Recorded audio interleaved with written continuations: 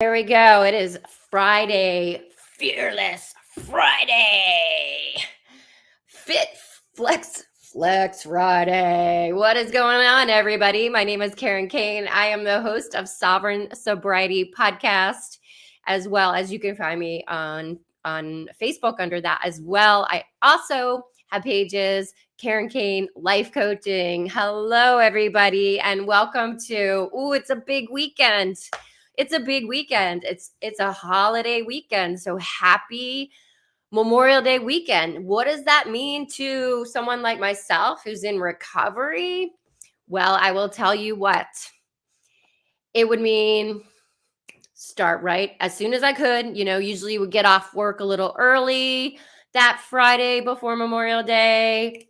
First thing, liquor store, load up, gauge, okay, so what's going to last me through the weekend, which actually would usually end up lasting until like noon on Saturday for me. Okay, so let's rewind a little bit. My name is Karen Kane, and I'm a mom, a friend, a divorced mom, a friend, a sister, daughter, and I am also a life coach, spiritual practitioner of religious science, and a transformation coach, Buddha yoga instructor. So I wasn't always this way. Nope. Full-time, loaded, drunk, semi-functional, like I had jobs, but I was miserable. I was really miserable. I was so depressed. And I see people these days in that condition, or I actually have some friends, and they're just not getting the sobriety thing, not getting it. And I don't even think they follow me. It's crazy, But you know what? If you're not ready to make massive change, you got to change your lifestyle. You really do. Okay? It's not like, oh, I'm just going to be like a weekend drinker. No, if you're a drinker like I was, no, there's no such thing. And trust me, I tried everything in the book until I finally just had to surrender, give it up to whatever it is, I don't care. I make no judgment zone. You can group of drunks, like God, group of drunks, higher power, infinite intelligence, whatever source, it doesn't matter to me.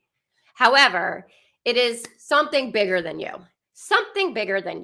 because we're not really controlling our lives, even though we are, but we're not. It's a little complicated, which is also why I went on my spiritual journey, because I was so intuitive.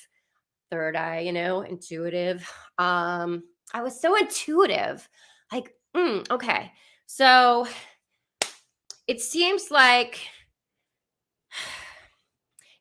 there is more. And it also seems like what I'm doing is not working at all, because no matter how many, this is my third time so in sobriety, and now I'm 6 years plus sober. What did I do differently this time? I changed my whole entire life. Are you willing to make the change? Are you willing to give it up to a higher power? Okay, so let's talk about the topic, because man, I would be hitting the ground running this Friday. Like right now, I'd probably already be like 3 glasses of wine or whatever, beer. And then I would think, oh, since I'm going to drink a lot tonight, I'm going to stick with like beer, and I'm not going to drink the heavy stuff, or wine that's a little less, like whatever they are. There's all kinds of things now. I haven't drank in 6 years. So I'm not that familiar with the new things, the low calorie. I was dating a guy who was drinking that I forget what the heck is it. It was a silly name. It was just a silly name. And I went down that path too. Okay, so 3 ways to prevent binge drinking. First of all, yes, exactly. Which I did a video. So I have somebody commenting. You guys, just so you know, I'm streaming to a few different platforms right now. So if I'm looking here and not here, or I'm, but I appreciate you commenting, because so that is Dave. Hey, Dave, what is up? So don't drink the first drink. Absolutely. For sure. So I did a whole video the other day about that. You don't get drunk if you don't pick up a drink. But so because I just did that, I'm not talking about that right now. But so create a plan of action. So moving into this weekend, if you want to stay sober because you're sick and tired of being sick and tired, who's sick and tired of being sick and tired? Because you are the one I'm talking to. You are the one that I, my former like self, the one that just couldn't get it and who was miserable, depressed. I'm like killing myself, and a mom, yeah. So that's who I'm talking to. But you know what? We all could use this because, the more that we hear it, the more we will stay sober, right? But for those who don't know what to do, here's what I'm going to say. Have a plan of action. Okay, so it's Friday night, big weekend, big drinking weekend. Honestly, it starts to go up, with the summertime. July, it hits like boom, liquor stores are selling so much liquor, like July 4th, that weekend, and just the summertime. It also goes up. I just looked this up, by the way. It also goes up around the holidays. So, but right now we're in that upswing of like more alcohol consumption because it's nice out and we want to party and have fun and let loose. But you know what? There could be repercussions to that, like blackout, don't forget, don't remember, could have said something that like got you in trouble, like you regret it, you pissed someone off, you lost a friend because of it, because you said something that offended them, and you're not using that tact. Like you're not thinking before you're talking. You're just like on this like crazy brain, like monkey brain, right? So yeah. Who else can say they've done that before? But yeah, so a plan of action. So what can you do? What can you do? So my home group used to be, I really haven't, since COVID, I haven't been going to many meetings, but I'm just so busy with everything else. And I've been invited to be speakers at meetings. So it's still very much a part of my life. The people who support me, and when I first went into the rooms, they're still in my life. There's those are the people that will still support. Okay, so I also talked about that. The supporters in your life, your biggest fans, will be the ones who aren't drinking. Simple as that. My last relationship, he was a drinker, and as much as I think of it, I'm like, was he really supporting me, or no, he was actually just doing his thing. And because of, I think, the alcohol, we weren't in line, like aligned. And if he quit drinking, I think it would have been different. But I can't control anybody but myself. And you can't control anybody but yourself. So plan of action. So I used to go to a meeting right after work. It was I think 5 o'clock or five. No, five. It was the weirdest time. It was like a wacky group. Very, very fun group. There was a lot of humor. It was not serious, which is what I liked. Okay. I mean, I don't want to go to a meeting. Like the first meeting I ever went, it was like so depressing. I was like, oh my God, I'll never go to a meeting ever again. But honestly, like there's so many different kinds, so many people. There's this, that, and everything. So find your people. Find your people that resonate with you, and you're going to go have fun with these people. Okay. So hit a meeting like Friday night, hit a meeting. And I don't care. You'll find it. If it's honestly like now, I'd say go there, go to a meeting and start to see faces, or find that group of people that resonate with you, because it's going to help you push forward and stay sober. The plan. So after that, what are you going to do?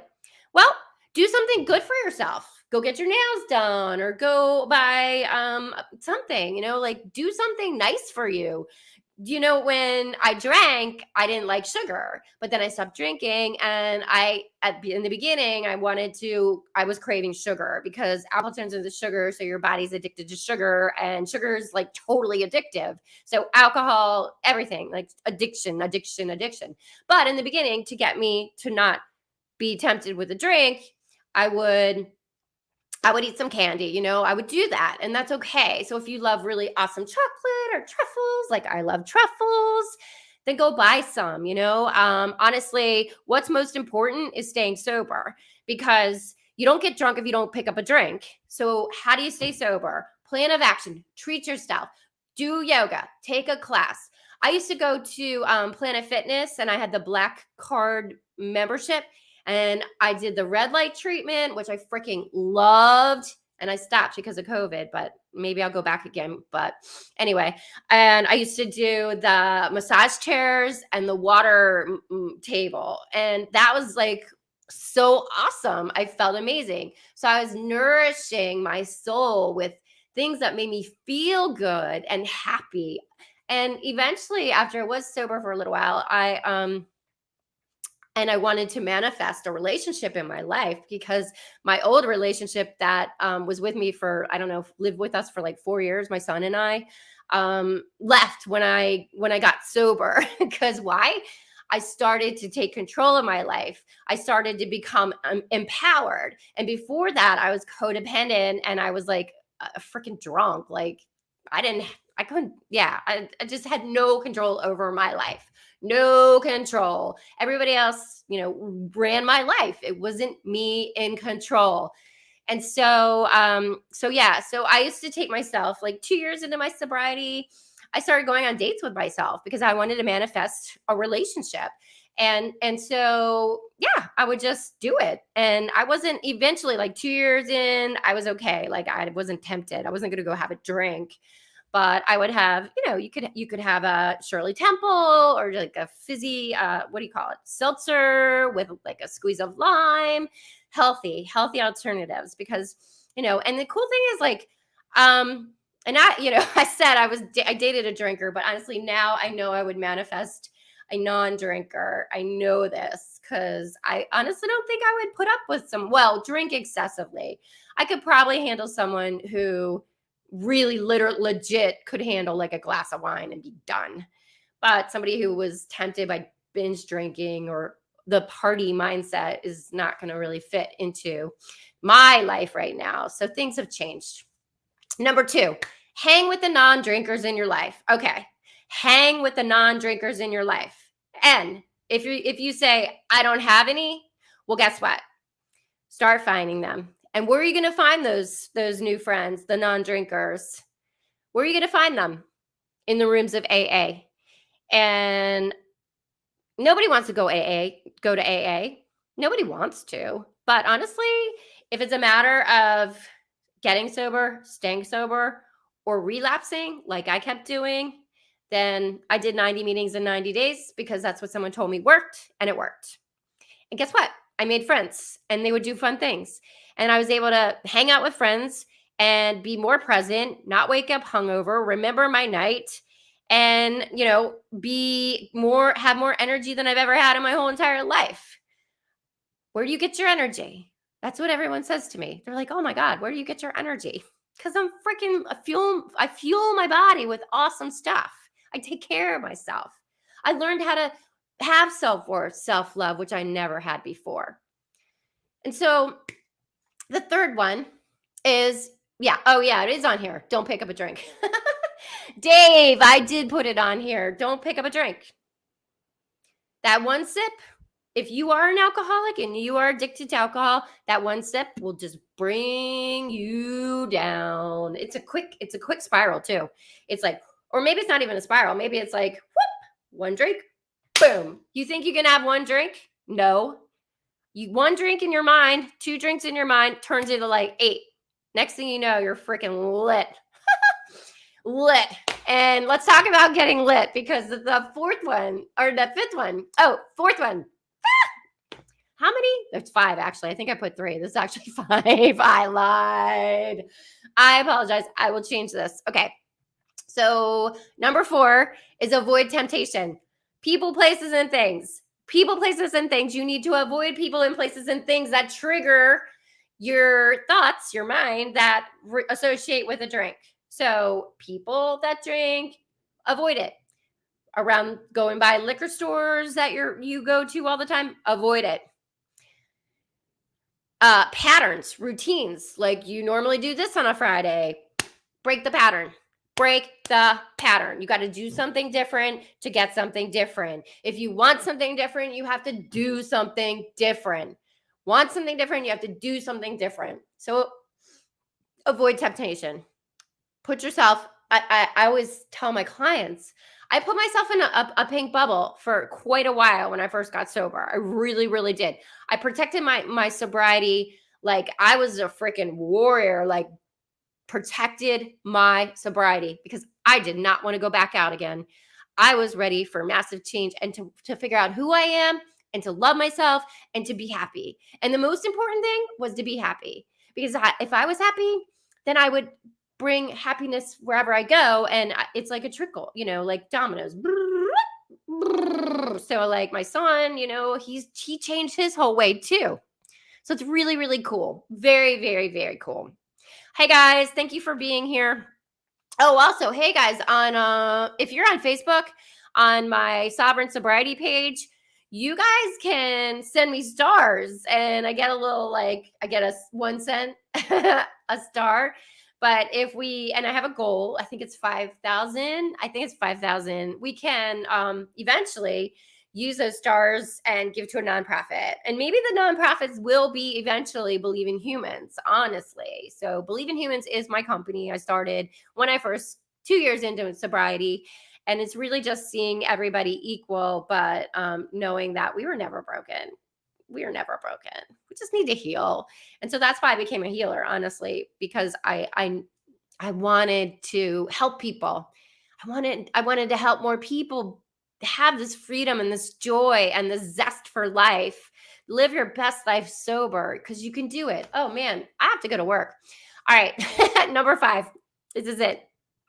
Prepare for liftoff, Houston, because your life is about to get lit. You like that? So if you get sober, you stay sober, you start doing the things that I suggest in my videos or my coaching. So I do have a transformation program, 6-month program that we could work together, really getting you to that happy place and that happy lifestyle and really just becoming and figuring out who you are and then becoming your true self and being happy sober. Live your best life sober. I am so grateful you guys were here. Thank you so much. And if you enjoyed this content, this video, please hit the subscribe button and you'll get on the bell, get notified when I go live or upload a new video. Thank you so much. Peace, love, and namaste. Bye.